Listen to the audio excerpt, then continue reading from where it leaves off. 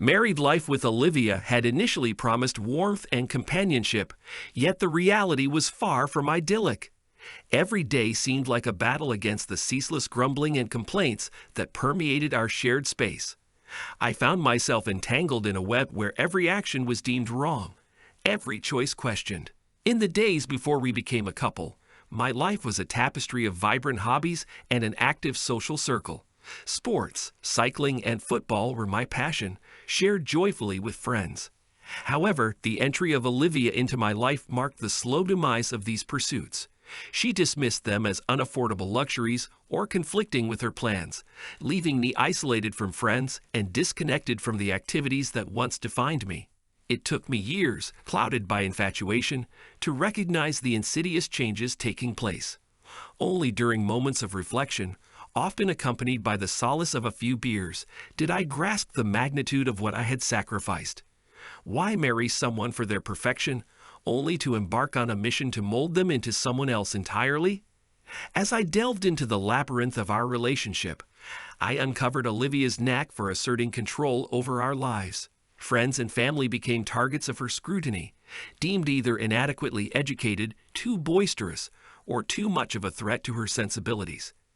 The habit of incessant demands, endless work, and meticulous task lists became the norm, transforming our once promising union into a battlefield. Recollections of our early dating days portrayed a different Olivia, caring, attentive, and flexible. The subtle hints of self-demand that surfaced seemed harmless back then, barely raising alarms. Joanna Farrington Hall, as she insisted on retaining her maiden name, was a striking figure from a wealthy lineage. I, now William Blake, led a content life before our paths intertwined. A decent job, a circle of friends, and engaging hobbies created a satisfying existence. Meeting Olivia elevated this contentment to new heights. Tall with long, flowing blonde hair and an air of English grace, she commanded attention effortlessly. Her blue eyes, alive with intensity, revealed a smart and determined personality.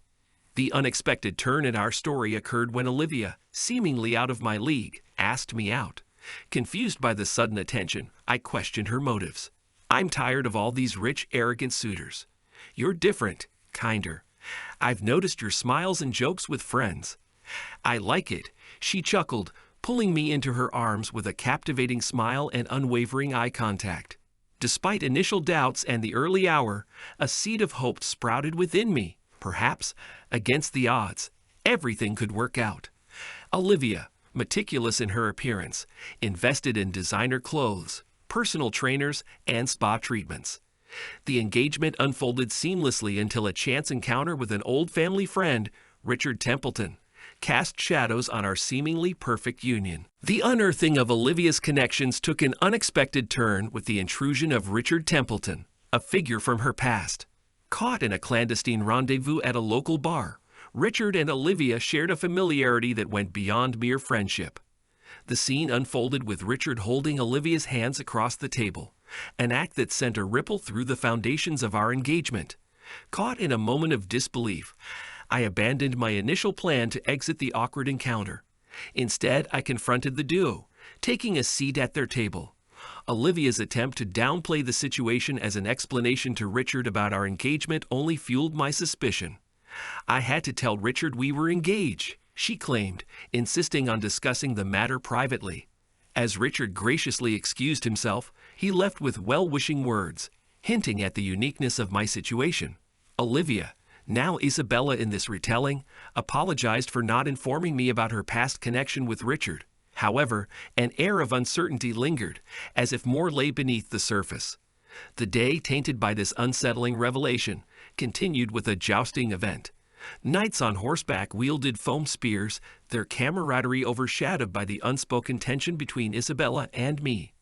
The discomfort persisted, escalating when Richard sought a memento from Isabella. Tying her veil to his spear, they drew applause, but it was the ensuing flirtation that stoked the embers of my unease. Back home, the confrontation escalated as I questioned Isabella's proximity to Richard. The admission of a rekindled connection fueled my frustration.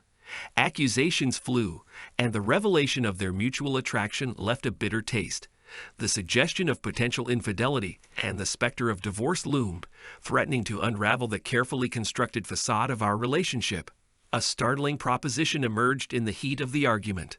An arrangement, devoid of love but economically advantageous, surfaced as an unconventional solution.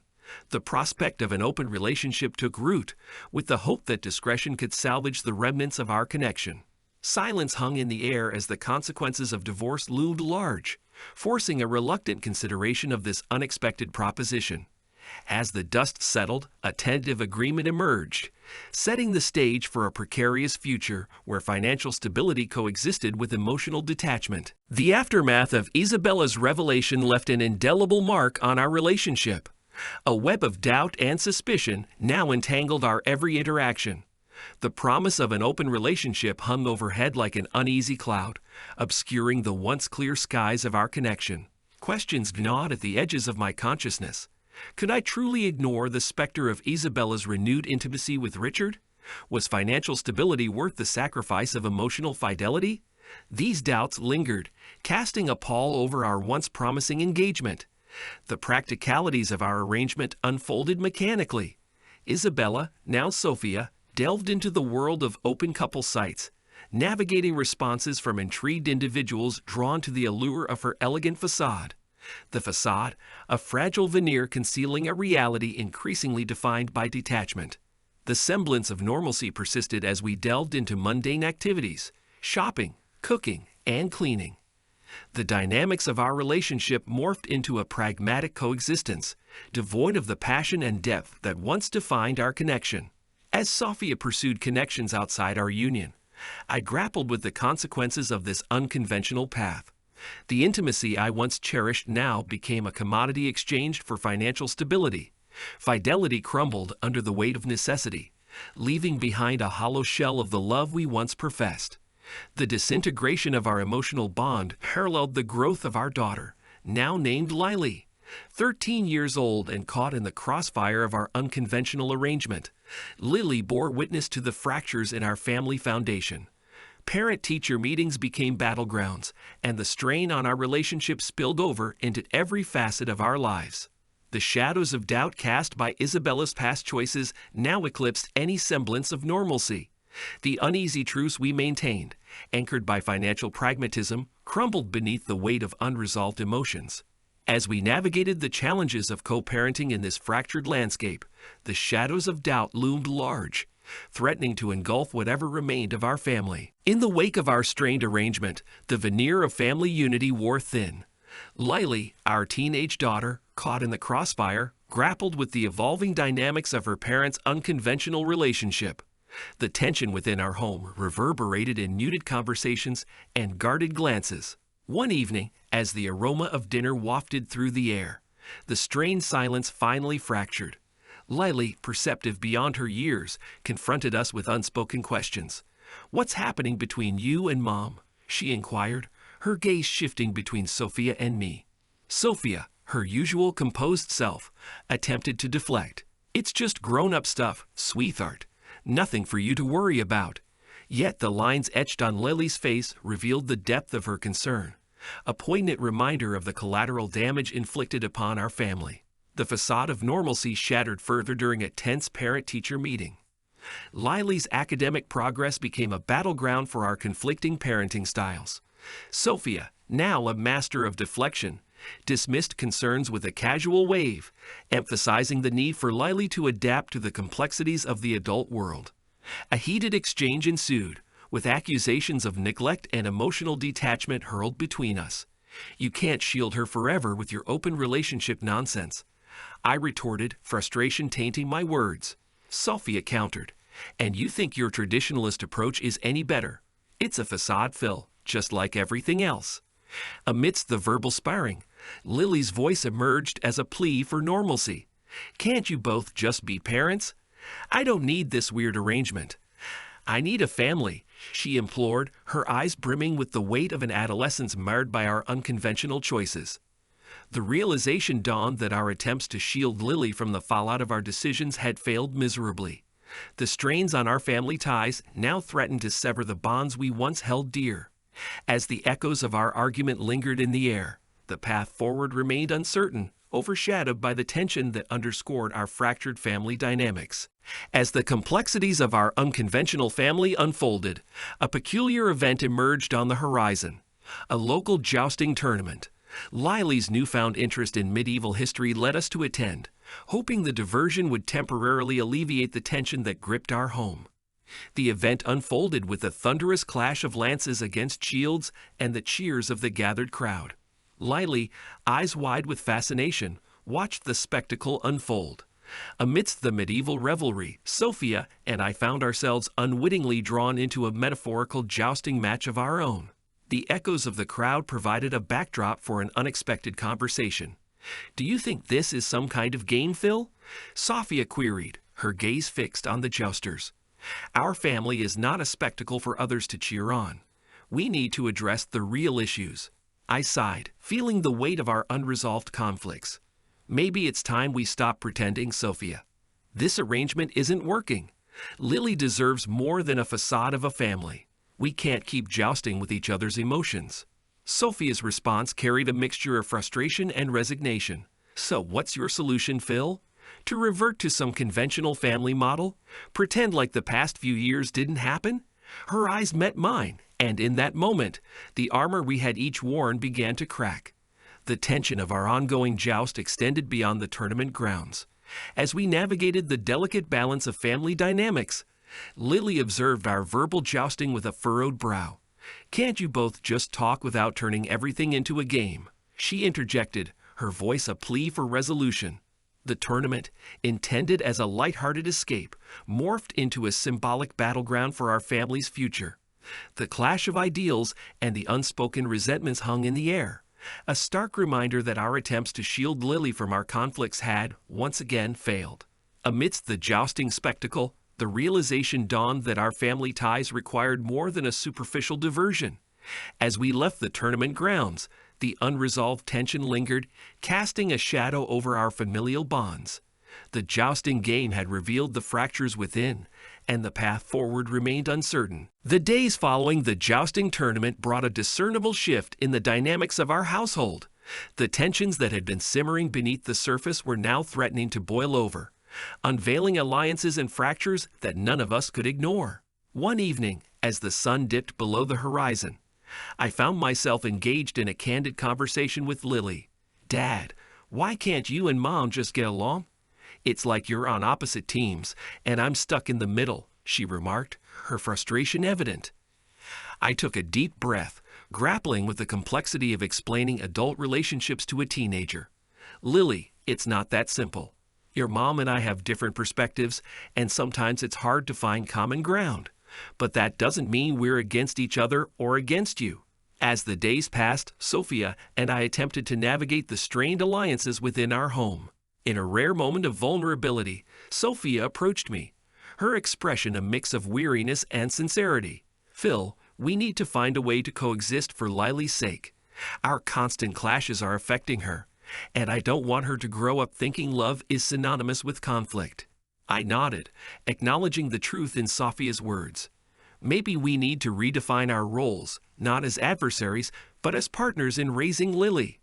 We may not agree on everything, but we can at least agree on wanting what's best for her." Yet, alliances within the family remained fragile. Lily, torn between two worlds, expressed her frustration. "I just want a normal family, where we can all be together without it feeling like a battleground. Is that too much to ask?" The unraveling alliances became even more apparent during a family dinner. Casual conversations morphed into subtle power struggles, alliances forming and disbanding in the span of a meal. The dinner table, once a symbol of unity, now mirrored the fractured relationships within our home. As alliances shifted and redefined, the challenges of maintaining a semblance of normalcy intensified. The echoes of disagreement and strained alliances underscored the precarious balance we were attempting to strike. The unraveling alliances within our family signaled a need for introspection and a collective effort to mend the fraying fabric of our connections. A palpable tension lingered in the air as Sophia and I navigated the aftermath of the unraveling alliances.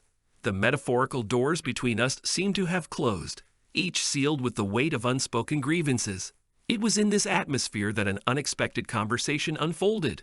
One evening, as the sun dipped below the horizon, Sophia and I found ourselves sitting across from each other in the living room. The silence between us was deafening, punctuated only by the distant hum of city life outside. I didn't think it would come to this, Sophia admitted, her gaze fixed on the floor. We were supposed to be a family, Phil. What happened to us? I sighed, grappling with the weight of the question. Life happened, Sophia. We got lost in our individual struggles and forgot to navigate them together. Maybe it's not too late to open those closed doors. She looked up, her eyes searching mine for sincerity. Do you really think we can fix this, Phil? After everything that's happened? I nodded, determined. If we want to salvage any semblance of a family, we need to start with an open dialogue. No more hiding behind alliances or avoiding the uncomfortable truths. We owe it to Lily and to ourselves. The following days saw a slow but deliberate effort to communicate openly. Our conversations weren't always easy, emotions often bubbling to the surface, but we persisted. In a pivotal moment, Lily, sensing the shift, approached us. I want us to be a family again, she declared, her earnestness cutting through the lingering tension. But we need to be honest with each other. No more secrets or hidden alliances, just the truth. Sophia and I exchanged glances, acknowledging the truth in Lily's words.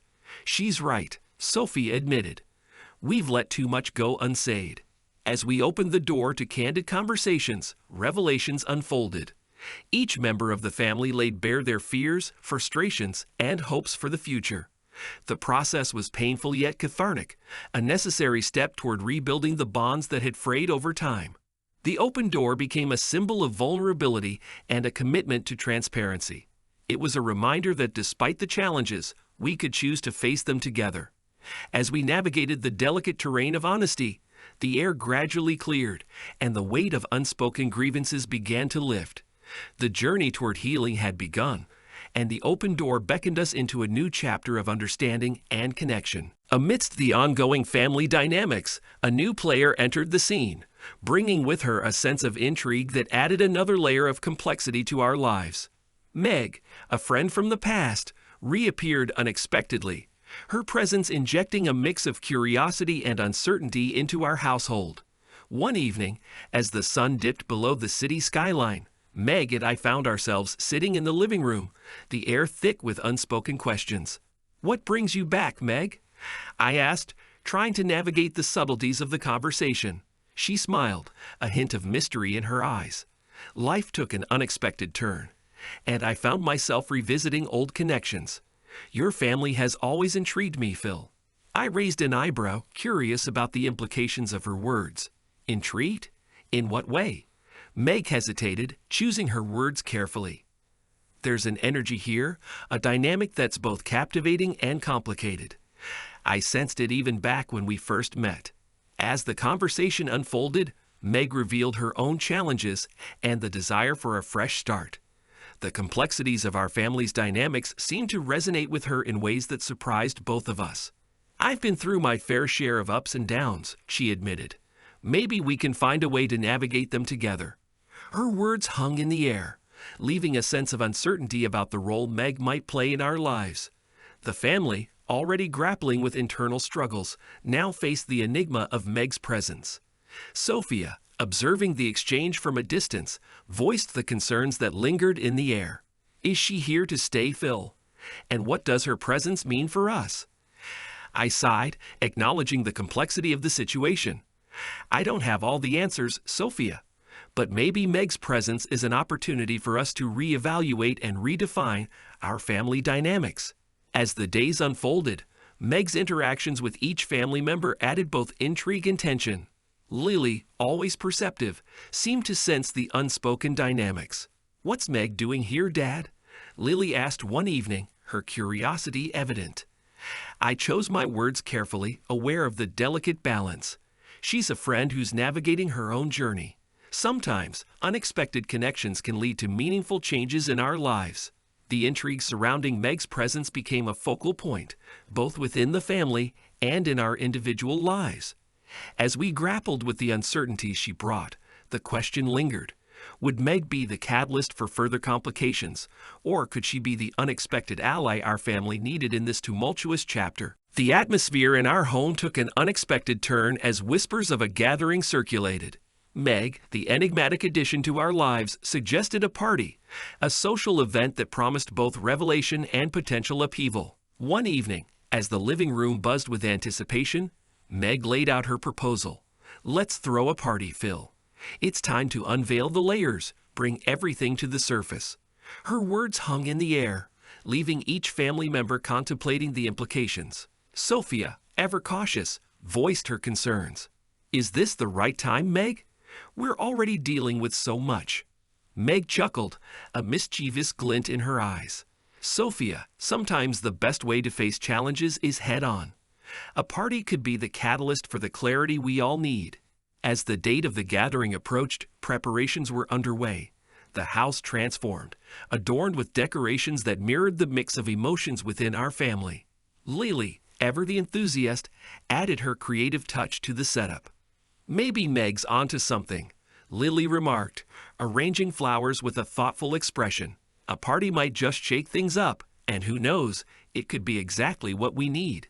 The night of the party arrived, and our home buzzed with an energy that was a blend of excitement and apprehension. Guests arrived, including friends, colleagues, and acquaintances from different facets of our lives. The living room, once a space of quiet contemplation, now echoed with laughter and conversation. As I navigated through the crowd, conversations unfolded and layers of our family's story began to surface. Richard, the family friend from the past, engaged in a candid conversation with Sophia. Their exchange, though civil, hinted at the unspoken tensions that lingered beneath the surface. Meanwhile, Lily, ever the social butterfly, struck up conversations with various guests, her infectious enthusiasm creating pockets of warmth amid the gathering. In a quiet corner, I found Meg engaged in conversation with Ian, a newcomer whose presence added another dimension to the evening.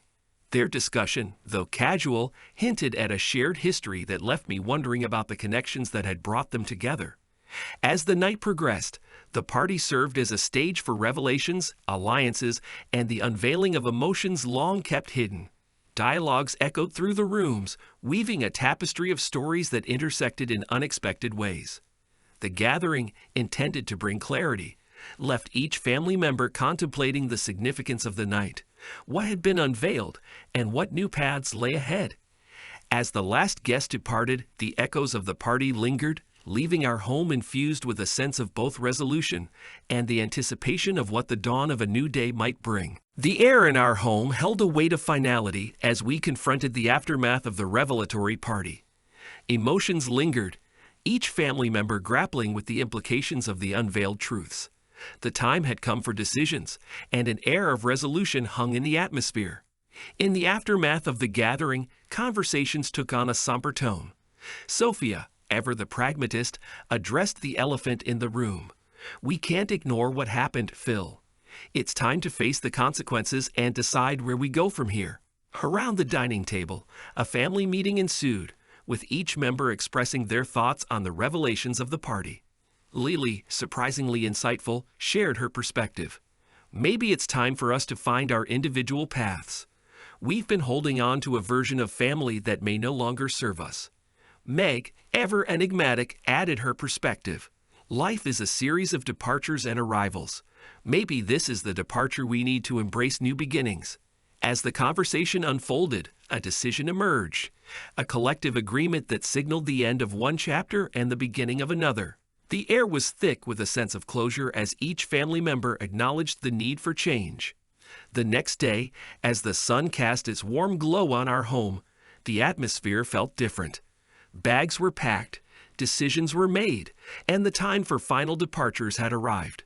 Jade, now a university student, prepared to embark on a new chapter of her life. As we saw her off at the train station, emotions ran high. Jo, once a source of contention, stood beside me, her gaze fixed on Jade. "I wish her the best," Jo whispered, a genuine sincerity in her voice that hinted at the complexities of our shared history. As the train pulled away, carrying Jade toward her future, the remaining family members exchanged glances. The departure of one marked the beginning of a new era for all. In the quiet aftermath, as our home settled into a new normal, a sense of closure and possibility lingered.